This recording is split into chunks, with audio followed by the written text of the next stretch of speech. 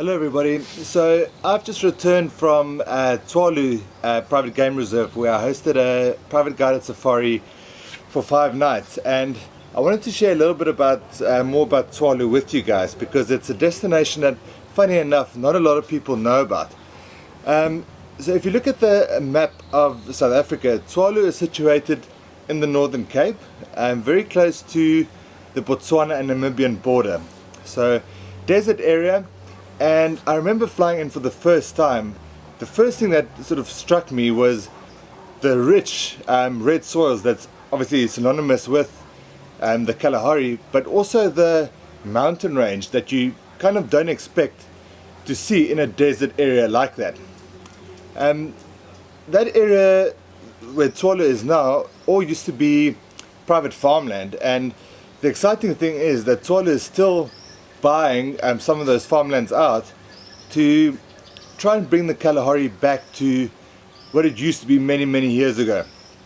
And it's now currently around about 110,000 hectares of wild property. So it's about 270,000 acres. So a massive piece of land, the largest private game reserve in Africa, and it's very exclusive. So only 2 lodges there, which is actually phenomenal if you think about it.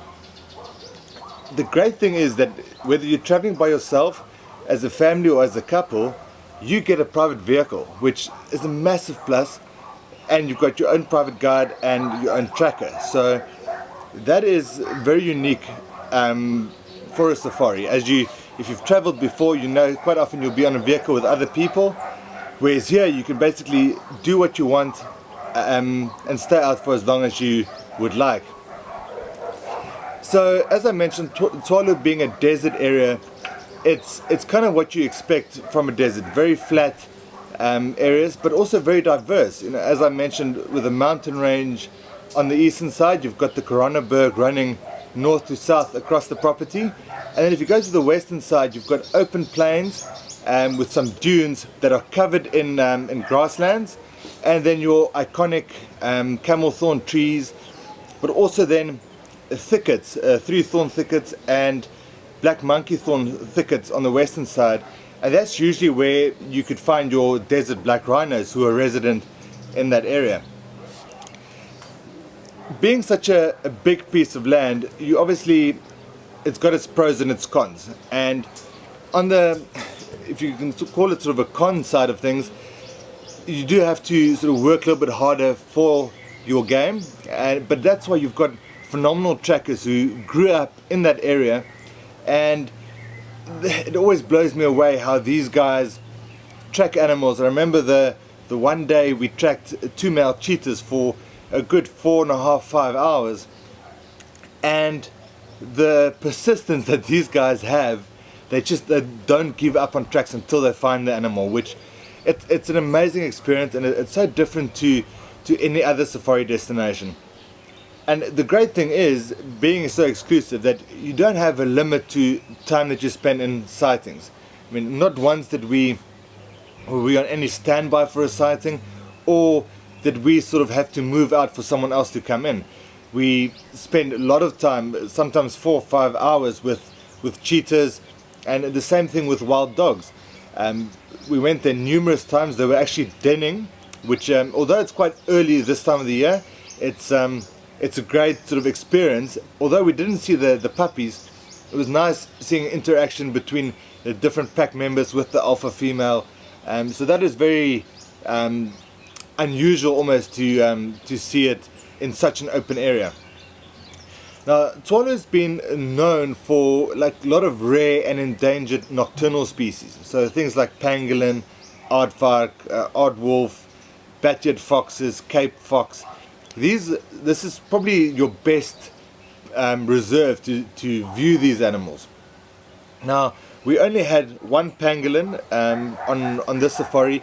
It was unusually hot for this time of the year, so the pangolins and aardvark were only coming out late in the evenings, but I am returning next month, which I'm very excited about, and I can't believe I'm saying this, but I actually hope that it cools down a bit so that then these nocturnal animals come out a bit sooner.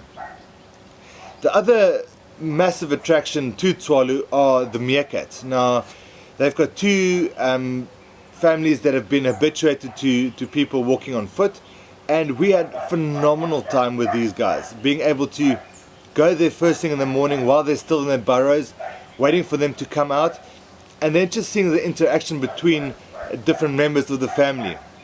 First of all, sunning their bellies, warming up after the chilly evenings, and then eventually going out to forage, getting like little grubs, little scorpions. It's an amazing experience to be able to walk with these animals and see what they do. The other great thing that we experienced on this particular safari was being able to approach some of these animals on foot. So we had incredible experiences with cheetahs, being able to lie on the ground, getting those sort of eye-level images, where, I mean, if you're into photography, that is absolutely golden. You can do it with the dogs as well, but as I mentioned, now with them denning, this unfortunately was not possible. But hopefully next month, when the pack starts moving away from the den side again, hopefully then we can get to experience that. As I mentioned, it's a very so different to any other safari. It's just having that sort of wide open spaces and being able to really do what you'd like. We one day we took out a picnic and stayed out the whole day, and you basically got the freedom to do what you please. So as I mentioned, I'm heading back there next month. Very excited. Hope we get some good game again. But if you guys would like to know more about this destination, please get in touch with us. Let's have a chat. It's a great combination if you're doing a place like the Sabi Sands or Cape Town, for example. Tswalu do direct flights from Cape Town to Tswalu and also from Johannesburg. So a great option to as a bolt on to any of your safaris, and great opportunity to hopefully see some of these rare and endangered species. Well, that's me for this week. I look forward to sharing more images and videos of this property with you guys in the future. But as I mentioned, if you have any questions, please get in touch. I look forward to hearing from you. Till next time, cheers, have a good one.